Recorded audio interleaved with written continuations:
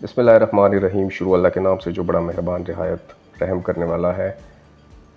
आज का जो हमारा टॉपिक है वो हमने सेलेक्ट किया है हिस्ट्री ऑफ बैंकिंग। तो ज़रा देखते हैं बैंक है क्या, बैंक की हिस्ट्री क्या है, कब बैंक शुरू हुआ और ये लफ्ज़ कैसे पड़ा और ये लफ्ज़ कहाँ से आया। तो इस बारे में हम डिटेल में आज डिस्कस करेंगे। अगर हम देखें तो लफ्ज़ ये जर्मन में कहलाता है बैक। जो बैंक लफ्ज़ है इसको जर्मन में कहते हैं बैक और फ्रांसीसी ज़ुबान में इसको कहते हैं बैंक, BANQUE। और इसी तरह इतालवी ज़बान में इसको बैंको भी कहते हैं। तो ये तीनों का मुश्तरका लफ्ज़ जो बनता है वो बैंक बनता है, BANK बैंक। तो ये इस तरीके से मुख्तलिफ़ ज़ुबानों में इसकी जो है तो स्पेलिंग्स हैं। बैंक से और बेंचों से करते करते ये जो है तो ये बैंक बन गया। तो ये मुख्तलिफ़ 3 लफ्ज़ हैं। अब ज़रा हम बैंक की तारीख़ी पस मंज़र को देखते हैं कि ये बैंक शुरू कहाँ से हुए, कैसे शुरू हुए और पहले ज़माने के बैंक कैसे थे और आज के बैंकिंग सेक्टर को अगर हम देखें तो ये कैसे हैं।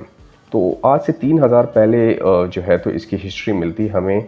कबल 3000 साल पुरानी हिस्ट्री हमें मिलती है। तो कर्ज़े देने के जो निज़ाम को फ़रोग़ दिया जाता था तो उसमें अगर हम देखें तो 14वीं सदी ईस्वी में पहली बार जो है तो वीनस और जेनवा में बैंक कायम हुए। 14वीं ईस्वी में अगर हम देखें तो फ्लोरेंस में जदीद बैंक की बुनियाद रखी गई। बैंक का कारोबार बज़ाहिर इराक़ से शुरू हुआ। इराक़ से भी इसकी हिस्ट्री मिलती है क्योंकि इराक़ बहुत एक पुराना शहर है, उसकी एक बहुत बड़ी हिस्ट्री है। और फिर इस तरह यूनान और रोम में मुंतकिल हुआ, लेकिन जब रोम का ज़वाल के बाद जो है तो ये कारोबार दोबारा वहाँ से ख़त्म हो गया और फिर ये दोबारा इटली से इसने उरूज पाया और फिर यूरोप के दूसरे ममालिक में शुरू हुआ और फिर अमेरिका, एशिया और दुनिया के मुख्तलिफ़ ममालिक में ये फैल गया। तो ये आप देख सकते हैं पुराने बैंकों की तस्वीरें भी हैं और पहले ज़माने के जो बैंक थे वो किस तरीके के बैंक होते थे, किस तरीके से वहाँ पे काम होता था, इसको भी आगे जाके हम मज़ीद इंशाल्लाह डिस्कस करेंगे। तो ये एक छोटी सी हिस्ट्री है इसकी। अब हम आगे जाते हैं कि मज़ीद ये बैंक फिर कैसे बढ़ा और फिर करते करते ये एशिया में कब आया और मज़ीद किस तरह फैला। अब बैंक का जो तारीख़ी पस मंज़र है उसमें अगर हम ये भी देखें, बाबल में बैंकारी 2000 साल कबल मसीह में बैंकारी का कारोबार उरूज हुआ। बाबल का एक शहंशाह हुआ था हमरबी।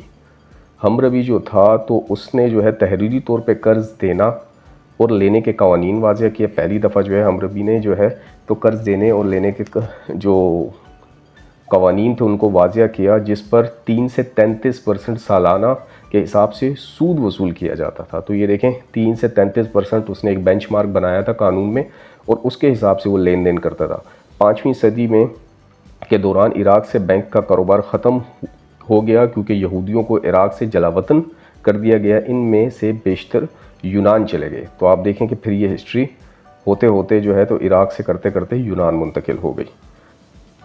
अगर हम देखें इसके मज़ीद बैकग्राउंड को, 4वीं सदी कबल मसीह में इराक़ से जलावतन होने पर यहूदियों ने ज़र के लेन देन का कारोबार शुरू किया, मतलब कि पैसे के लेन देन का कारोबार उन्होंने शुरू किया और बहुत तरक्की की। 594 कबल मसीह में मशहूर यूनानी मौल्लिम सोलरान ने सूद पर रकम देने और लेने से मुतल्लिक कवानीन को बेहतर किया। ऑलरेडी हमरबी ने बनाया हुआ था कानून, उसको मज़ीद बेहतर करने के लिए सोलरान जो कि बादशाह था उस वक्त का, तो उसने भी जो है तो इसमें मज़ीद इन्हांसमेंट की और उसमें मज़ीद तरमीम की। जिस तरह ऑलरेडी चीज़ें कवानीन बनी होती हैं लेकिन उसमें कुछ ना कुछ अमेंडमेंट की जाती हैं वक्त के साथ साथ, तो ये उसने फिर किया। फिर अगर देखें हम रोम में बैंकारी यहाँ 14 कबल मसीह ऑक्स्टन द्वयम के दौर में एक ऐसा इदारा कायम किया गया जो लोगों की अमानतें वसूल करता था और फिर इसकी अदायगी करता था।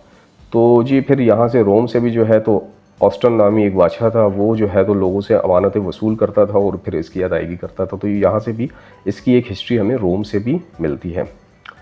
अगर हम मज़ीद देखें तो इटली में पहला बाकायदा बैंक वीनस जो है तो वो कायम किया गया। बैंक ऑफ वीनस के नाम से 1157 में एक बिल्डिंग कायम हुई जो कि बैंक ऑफ वीनस कहलाती है। इसके बाद 1587 में जेनेवा में एक और बैंक, बैंकुडी रियाल्टो के नाम से एक बैंक कायम हुआ। तो देखें ये भी एक दूसरा बैंक फ्रांस में, पहले इटली में बाकायदा कायम हुआ, फिर उसके बाद जो है तो फ्रांस में इसकी हिस्ट्री मिलती है।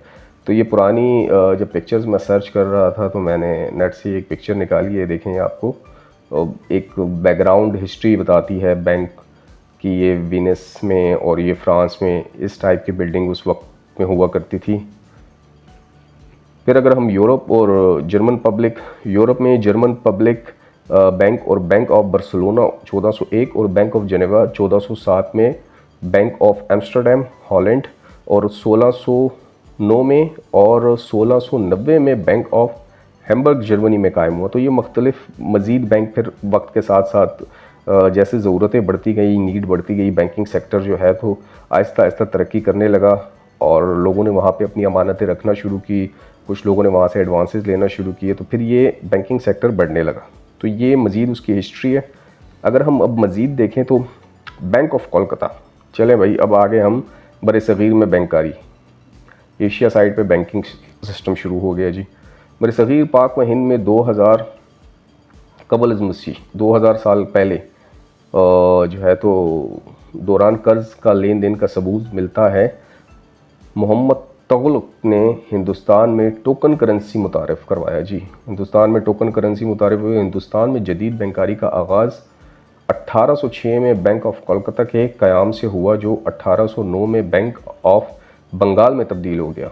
बैंक ऑफ कोलकाता जो है तो फिर बाद में बैंक ऑफ बंगाल के नाम में तब्दील हो गया। और ये देख सकते हैं द बैंक ऑफ कोलकाता की एक पिक्चर भी है, ये बड़ा अच्छी बिल्डिंग बनी हुई है। इसके बाद जो 1809 में बैंक ऑफ बंगाल में तब्दील कर दिए गए। इंपीरियल बैंक 1921 में बना। 1946 में हिंदुस्तान में 93 फेरिस्टी बैंक काम कर रहे थे, जिनकी कुल 3160 शाखें थीं।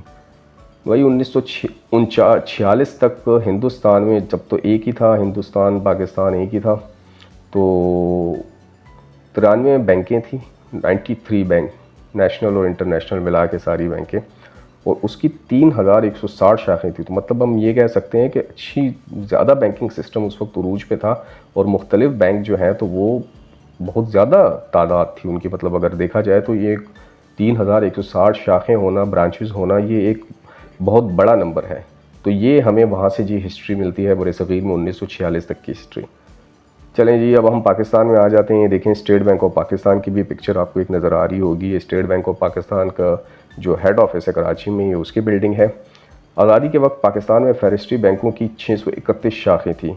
तो भाई वो जो हमने पहले देखा 3000 समथिंग शाखें थी, वो 631 शाखें जब पाकिस्तान बन गया तो उसकी हदूद में थी। तो ये भी एक अच्छा बड़ा नंबर है।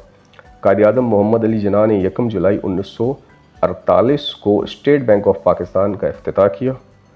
नेशनल बैंक ऑफ पाकिस्तान का क़याम 8 नवंबर 1949 को हुआ। मतलब 1948 में ही जो है 14 अगस्त 1947 को आज़ादी नसीब हुई हमें, और फिर उसके बाद जो है तो तकरीबन 1 साल बाद जो है तो स्टेट बैंक ऑफ पाकिस्तान का इफ्तिताह किया गया।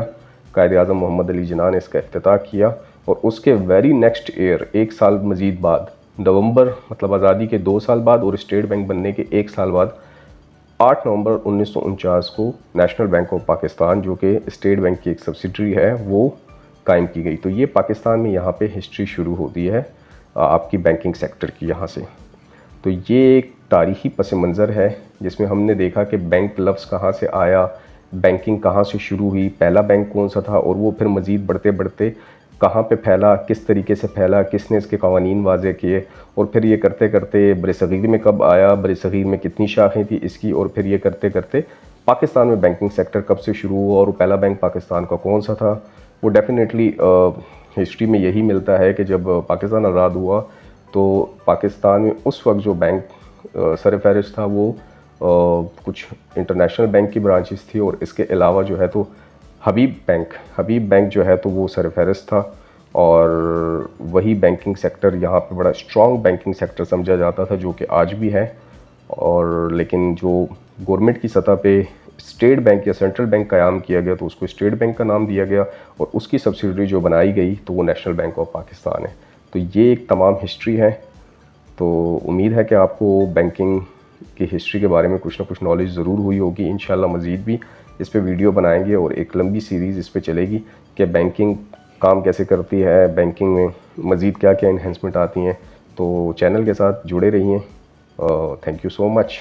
और अगर आप भी कोई स्पेसिफ़िक वीडियो बनवाना चाहते हैं या कोई आप अपने टॉपिक सेलेक्ट करना चाहते हैं बैंकिंग के बारे में, स्टॉक एक्सचेंज के बारे में, शेयर्स मार्केट के बारे में, या जनरली अगर आप कोई टॉपिक बिज़नेस के हवाले से या स्पेसिफ़िकली किसी प्रोडक्ट के हवाले से बनवाना चाहते हैं, या आपको उसमें कोई मुश्किलात दरपेश हो रही हैं तो डेफ़िनेटली आप कमेंट्स सेक्शन में मुझे बता सकते हैं, ज़रूर उस पर वीडियो बनाएंगे। थैंक यू सो मच, अपना ख्याल रखिए, अल्लाह हाफिज़।